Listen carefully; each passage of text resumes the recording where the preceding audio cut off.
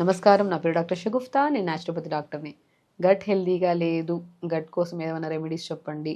అంటే గట్ అంటే ఏంటి? మలబద్ధక సమస్య, కాన్‌స్టిపేషన్ ప్రాబ్లమ్సు, పైల్సు, ఫిస్టులా ఇవన్నీ ఇంటెస్టైన్‌కి సంబంధించినవే. ఇవన్నీ ఎందుకొస్తున్నాయి? ఇంత కాంప్లికేటెడ్ ప్రాబ్లమ్స్. ఈవెన్ పైల్స్ వచ్చాయనుకోండి కూర్చోలేం, నిలబడలేం. విపరీతమైన నొప్పి. అండ్ మోషన్‌కెళ్ళినప్పుడు విపరీతమైన బ్లడ్ పడతది. క్లాట్స్ లాగా తట్టుకోలేనంత నొప్పుంటది. అసలు ఇవన్నీ ఎందుకు సమస్యలొస్తున్నాయి? ఇవి సడన్‌గా డైరెక్ట్‌గా వస్తాయా? లేదంటే చిన్న సమస్య నుంచి పెద్ద సమస్య అవుతదా? ఏ సమస్య అయినా చిన్నగానే స్టార్ట్ అవుతది. తర్వాత పెద్ద సమస్య వస్తది. చిన్న చిన్న సమస్యలు ఎలాగా? మనం సరిగ్గా నీళ్లు తాగకపోవడం వల్ల మోషన్ ఏమవుతది? ఇర్రెగ్యులర్‌గా వెళ్ళం. పొద్దున్న లేచిన వెంటనే ఒక హెల్తీ పర్సన్ బెడ్ దిగిన వెంటనే మోషన్‌కెళ్ళొస్తే అన్ని సమస్యలు పోతాయి. దిగిన వెంటనే మోషన్‌కి ఎక్కడికెళ్తాం? Irregular motion. ఇర్రెగ్యులర్ ఏదైనా అంటే ఈజీగా పోస్ట్‌పోన్ చేస్తాం గదా! రేపెళ్దాంలే, సరే ఏదో పనుంది, సాయంత్రం వెళ్దాంలే, రేపెళ్దాం. ఈ పోస్ట్‌పోన్‌మెంట్ అనేది మనకి ఇర్రెగ్యులర్ టైమింగ్స్. ఈవినింగ్ ఎళ్ళే అలవాటు ఉంటది కొంతమందికి. మధ్యాహ్నం ఎళ్ళే అలవాటు ఉంటది. మార్నింగ్ ఎళ్ళిపోతే అన్ని సమస్యలు పోతాయి కదా! కాబట్టి గట్ హెల్తీగా ఉండాలంటే ఎర్లీ మార్నింగ్ మోషన్‌కెళ్ళిపోవాలి. వితిన్ 2-3 మినిట్స్‌లో మోషన్ ఫ్లష్ చేసి రావాలి. ఇవి వెళ్ళక, ఫైబర్ ఫుడ్ సరిగ్గా తినక, నీళ్లు సరిగ్గా తాగక, బాడీలో స్వెట్ స్మెల్ డిఫరెంట్‌గా రావడము, జుట్టు రాలిపోవడం, జుట్టు డ్రై అయిపోవడం, ముఖం మీద మంగు మచ్చలు రావడము, బరువు పెరిగిపోవడం, అన్ని సమస్యలు స్టార్ట్ అవుతాయి మనకి. ఇవన్నీ ఎందుకొస్తున్నాయంటే బికాజ్ చెప్తున్నాను కదా! చిన్న సమస్య. ఎప్పుడు మనం ఇర్రెగ్యులర్‌గా పోస్ట్‌పోన్ చేస్తాం ఎవరికైనా సరే పోస్ట్‌పోన్ చేయాలని ఉండదు. బట్ ఏదైనా పని పడిందనుకోండి, సాయంత్రం వెళ్దాంలే, రేపు పని చూసుకొని వద్దాంలే అనుకుంటాం. ఆ పోస్ట్‌పోన్‌మెంట్ ఎప్పుడు చేయకండి. హెల్త్ చాలా ఇంపార్టెంట్. హెల్త్ మార్నింగ్ లేచిన వెంటనే మోషన్ ఫ్లష్ చేసేస్తే అన్ని సమస్యలు పోతాయి. హెల్తీగా ఉంటాం. యాక్టివ్‌గా పని పోయిన పని కూడా హ్యాపీగా చేసుకోగలగలుగుతాం. ఫస్ట్ మోషన్ మార్నింగ్ నీట్‌గా అయిపోతే తర్వాత వర్క్ మీద ఫోకస్ చేయగలుగుతాం. తిండి మీద ఫోకస్ చేయగలుగుతాం. ప్రతి ఒక్కరితో పీస్‌ఫుల్‌గా మాట్లాడగలుగుతాం. మార్నింగ్ ఎళ్ళలేదనుకోండి పొట్టంతా బ్లోటింగ్‌గా, హెవీగా, బర్బ్స్ రావడం, గ్యాస్ రిలీజ్ అవ్వడం ఇవన్నీ తట్టుకోలేకుండా ఉంటాం. నచ్చదు మనకి బాడీ మీద. దానివల్ల స్ట్రెస్, డిప్రెషన్, యాంగ్జైటీస్ అవన్నీ వస్తాయి.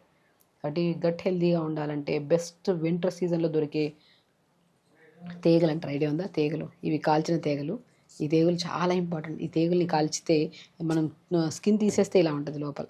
చూసారా ఎంత తెల్లగా, ఎంత మంచిగా ఉందో. పొడి పొడిగా బాగుంటుంది తినడానికి. చాలా టేస్టీగా ఉంటుంది. ప్రతిరోజు 2 తీగలు తినండి. గట్ హెల్తీగా ఉంటుంది. ఫైబర్ ఎక్కువ ఉంటుంది, విటమిన్స్ ఎక్కువ ఉంటాయి, మినరల్స్ ఎక్కువ ఉంటాయి. ఎంత మంచిదండి తీగలు. ప్రతిరోజు సీజన్లో బాగా దొరికే ఫ్రూట్స్ బాగా గమనిస్తే వింటర్ సీజన్లో మనకు తీగలు బాగా దొరుకుతుంటాయి. రోజుకు 2 తినండి. వాటర్ బాగా తీసుకోండి. జామకాయలు బాగా తీసుకోండి. దానిమ్మకాయలు బాగా తీసుకోండి. అద్భుతం అండి. ఇవన్నీ బాగా పనిచేస్తాయి. బార్లీ జావ తీసుకోండి. జొన్న జావ తీసుకోండి. సజ్జ జావ తీసుకోండి.